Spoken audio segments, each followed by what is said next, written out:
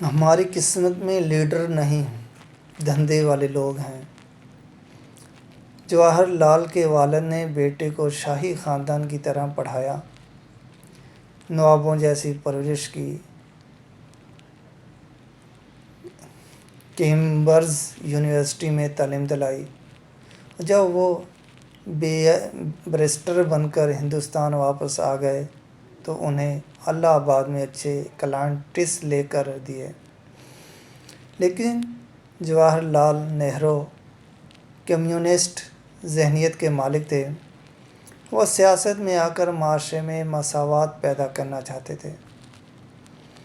والد نے بہت سمجھایا مگر جب دال نہ گلی تو انہوں نے ایک دن جواہر لال نہرو کی الماری سے سارے قیمتی سوٹ، جوتے، سگار نکالے اور دوستوں کے بچوں میں تقسیم کر دیے، اور ان کی جگہ گدر کے 2 پاجامے، 3 کرتے لٹکا دیے اور ہاتھ سے بنی ہوئی دیسی جوتی رکھوا دی۔ جواہر لال کے کمرے سے سارا فرنیچر بھی اٹھوا دیا، فرش پر خردری دری اور موٹی چادر بچھا دی، اور خانسامہ کو حکم دے دیا تم کل سے صاحبزادے کو جیل کا کھانا دینا شروع کر دو، اور بیٹے کا جیب خرچ بھی بند کر دیا گیا۔ جواہر لال نہرو نے جب اپنے کمرے کا یہ حال دیکھا تو رات کو مسکراتے ہوئے والد کے پاس آئے۔ بڑے نہرو صاحب اس وقت اسٹڈی میں ٹالسٹائی کا ناول وار اسٹینڈ پیس پڑھ رہے تھے۔ بیٹھنے اور پوچھا، آپ مجھ سے خفا ہیں؟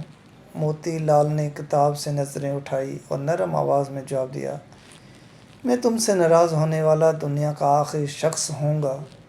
چھوٹے نہرو نے پوچھا، پھر آپ نے اتنا بڑا آپریشن کیوں کر دیا؟ والد نے بیٹے سے کہا، صاحبزادے، تم نے جو راستہ چنا ہے اس میں جیل، بھوک خواری کے سوا کچھ نہیں۔ میں چاہتا ہوں تم آج ہی سے ان تمام چیزوں کی عادت ڈال لو جو اس راستے میں تمہیں پیش آنے والی ہیں۔ دوسرا یہ کہ غریب کے پاس اعتبار کے سوا کچھ نہیں ہوتا، لہٰذا یہ انتہائی سوچ سمجھ کر دوسروں پر اعتماد کرتے ہیں۔ تم اگر عام آدمی کی بات کرنا چاہو تو پھر تمہیں خود بھی عام آدمی ہونا چاہیے۔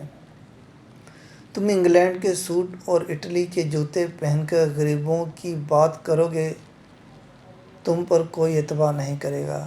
میں نہیں چاہتا دنیا میرے بیٹے کو منافق کہے۔ چنانچہ تم آج سے وہ کپڑے پہنو گے جو غریب پہنتا ہے، اور تم اتنے پیسے ہی خرچ کرو گے جتنے غریب کی جیب میں ہوتے ہیں۔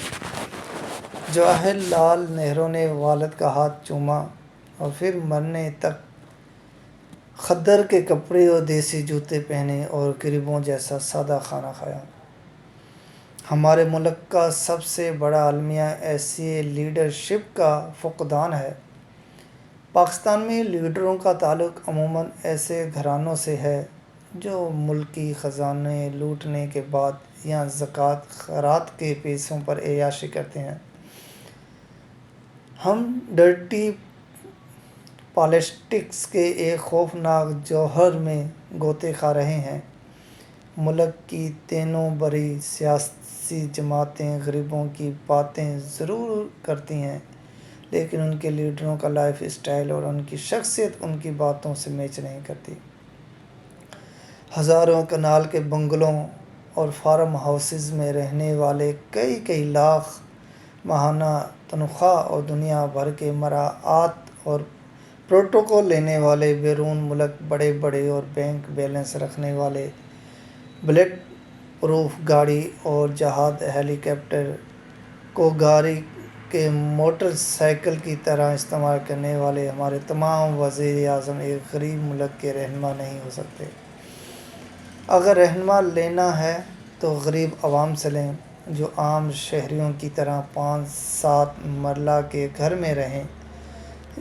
جرمن چانسلر اینجلا کی طرح 2-3 سوٹوں اور ایک ہی کوٹ کے ساتھ 5 سالہ دور اقتدار پورا کرے اور دنیا بھر میں کروڑوں لوگوں کو اپنا کردار سے گرویدہ بنا لے۔ ایرانی صدر احمدی نژاد کی طرح 2 دفعہ صدر رہنے کے بعد تہران کی ایک یونیورسٹی میں لیکچرار کی نوکری کرے۔ باراک اوباما کی طرح صدارت سے فارغ ہو کر کرایہ کا مکان ڈھونڈتا پھرے۔ پاکستانی اور بالخصوص غلامانہ ذہنیت والوں سے یہ توقع عبث ہے۔ ہماری قسمت میں لیڈر نہیں، دھندے والے لوگ ہیں۔